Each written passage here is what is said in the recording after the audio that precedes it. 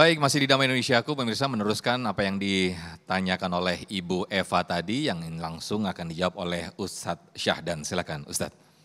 Ya, Ibu Eva yang dimuliakan oleh Allah Subhanahu wa taala. Tadi Ustadz Fikri telah menyebutkan bahwa yang halal jelas, yang haram jelas. Hal ini sebagaimana hadis riwayat Imam Bukhari Muslim dari Abdullah Nu'man bin Bashir, beliau pernah mendengar Rasulullah Sallallahu Alaihi Wasallam pernah bersabda, Innal halala bayyinun wa innal harama bayyinun wa bainahuma umurun mustashbihatun la ya'lamuhunna katsirum minan nas. Halal itu jelas, haram itu jelas. Di tengah-tengahnya ada perkara yang syubhat, yang samar-samar, yang banyak orang tidak mengetahuinya. Siapa orang yang menghindari perkara syubhat, maka dia telah menyelamatkan agama dan kehormatannya. Tetapi ketika dia terjerumus ke dalam perkara syubhat, maka dia bisa tergelincir dalam perkara yang haram. Bapak Ibu yang dimuliakan oleh Allah Subhanahu wa taala. Sekarang bagaimana kasusnya terjadi ketika suami membawa harta, dia nggak tahu si istri apakah halal atau haram. Kalau benar-benar bukan kelalaiannya itu tidak mengapa. Tapi kalau emang tidak peduli, karena dia kelalaiannya nggak mau tahu, bodoh amat urusan suami nyari nafkah dari manapun dapatnya, yang penting gua kenyang, aman gitu. Harusnya istri menjadi benteng terakhir akidah, menjadi benteng terakhir bagaimana menyelamatkan keluarga. Suami gajinya 3 juta, tahu-tahu pulang bawa uang 100 juta. Tanya dulu, langsung aja ke mall. Lagi panas dingin langsung seger. Tanya Bu. Karena ibu yang bisa menyelamatkan benteng terakhir dari hak atau batil, halal atau haram, apa yang dicari oleh suami ibu. Dari mana nih Mas uang banyak begini? Sudah ambil aja. Enggak Mas, dari mana Mas? Sudah cerewet amat sih kamu.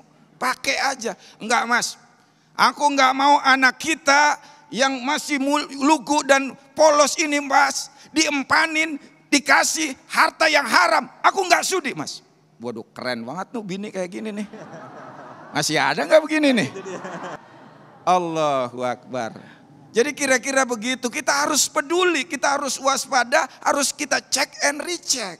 Kalau bukan karena kelalaian kita, kalau bukan karena ketidaksengajaan kita, tidak mengapa. Tapi karena kalau kelalaian kita, kalau ketidakloran kita, ini yang dilarang oleh agama. Kira-kira begitu. Baik.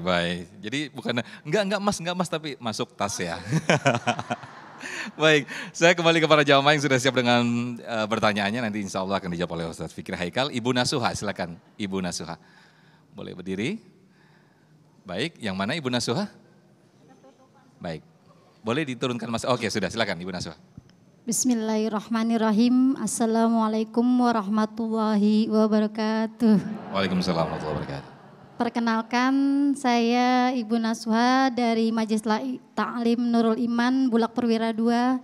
Di sini saya akan bertanya tentang bagaimana seharusnya sebagai muslimah memposisikan diri kita agar tidak mudah terjerumus dan menyulitkan dan menyusahkan kepentingan umat. Mungkin hanya itu saja yang dapat saya tanyakan. Assalamualaikum warahmatullahi wabarakatuh. Waalaikumsalam warahmatullahi wabarakatuh. Silakan Ustadz Fikri Haikal. Ibu Nasuha. Betul Ustadz. Dari Majelis Taklim Nurul Iman ya. Baik, bagaimana caranya supaya kita jadi seorang muslimah yang tidak merepotkan atau membebani umat? Tentu tidak lain dan tidak bukan, bermanfaatlah buat diri sendiri kalau dia masih belum punya suami. Seorang muslimat kalau dia belum bersuami, maka paling tidak bermanfaatlah buat dirinya sendiri.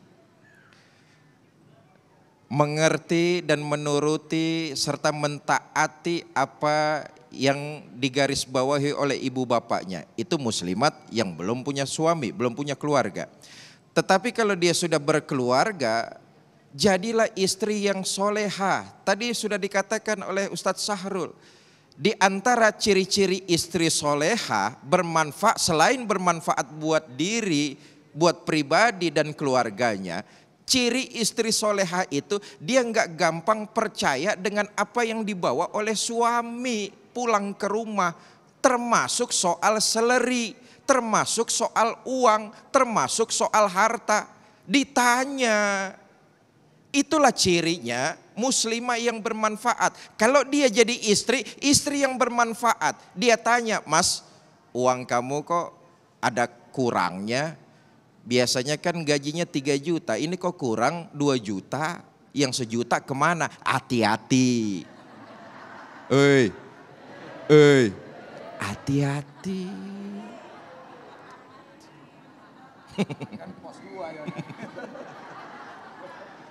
Tanya.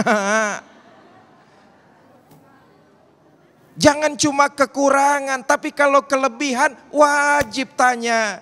Sekali lagi jangan ada unsur keteledoran, apalagi lebih. "Mas, gajimu kok lebih bener ini, berkali-kali lipat. Biasanya sampai ke saya 3 juta, ini kok bahkan ada 100 juta. Dari mana ini, Mas?" Tanya.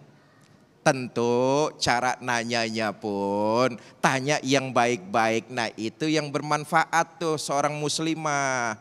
Seorang istri yang soleha, kalau dia nanya suami, nanyanya juga baik-baik.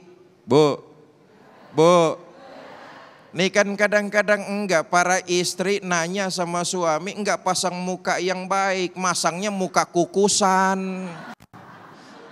Jadi tanyalah yang baik, itu paling tidak bermanfaat buat diri, bermanfaat buat anak, dan itu salah satu ciri istri yang soleha. Wallah. Amin, amin. Masya Allah, luar biasa sekali pembahasan kita pada siang hari ini menarik sekali hingga tidak terasa kita sudah di penghujung acara. Kita berharap mudah-mudahan kita semua diteguhkan hati kita oleh Allah Subhanahu wa taala, tetap teguh dalam rambu-rambu Allah, rambu-rambu syariat Allah, sehingga apa yang kita capai, apa yang kita raih benar-benar berdasarkan halalan thayyiban dan juga keberkahan, bukan sebaliknya menghalalkan segala cara untuk meraih kepentingan diri kita sendiri. Insya Allah nanti di akhir acara kita akan berdoa bersama-sama, insya Allah yang akan dipimpin oleh Ustadz Fikri Haikal. Saya Muhammad Sofyan pamit undur diri, mewakili kru yang bertugas. Wassalamualaikum warahmatullahi wabarakatuh. Astaghfirullahaladzim, astaghfirullahaladzim, astaghfirullahaladzim. A'udzu billahi minasyaitonir rajim. Bismillahirrahmanirrahim. Alhamdulillahi rabbil alamin. Allahumma shalli wa sallim wa barik ala sayyidina Muhammad wa ala alihi wa sahbihi ajmain.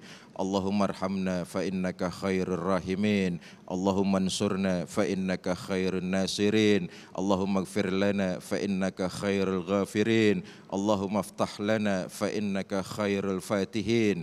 Allahumma rzuqna fa innaka khairur raziqin. Birahmatika ya arhamar rahimin. Rabbi ighfir lana wa liwalidina warhamhuma kama rabbayana saghira, wa li jami'il muslimina wal muslimat wal mu'minina wal mu'minat al ahya'i minhum wal amwat. Wa sallallahu ala sayyidina Muhammad wa ala alihi wa sahbihi wa sallam. Wa akhiru da'wana anil hamdulillahi rabbil alamin. Saya Fikri Haikal bersama dengan Ustadz Sahrul. Terima kasih atas segala perhatian. Mohon maaf atas segala kekurangan. Wallahul muwafiq ila aqwamit thoriq. Assalamualaikum warahmatullahi wabarakatuh.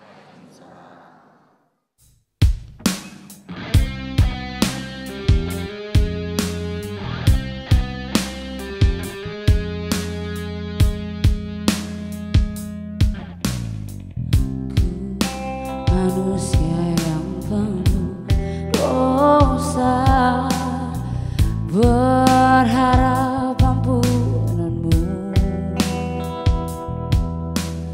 Lahat langit kesempurnaan hadirmu. Kau cinta pertama dalam hidup.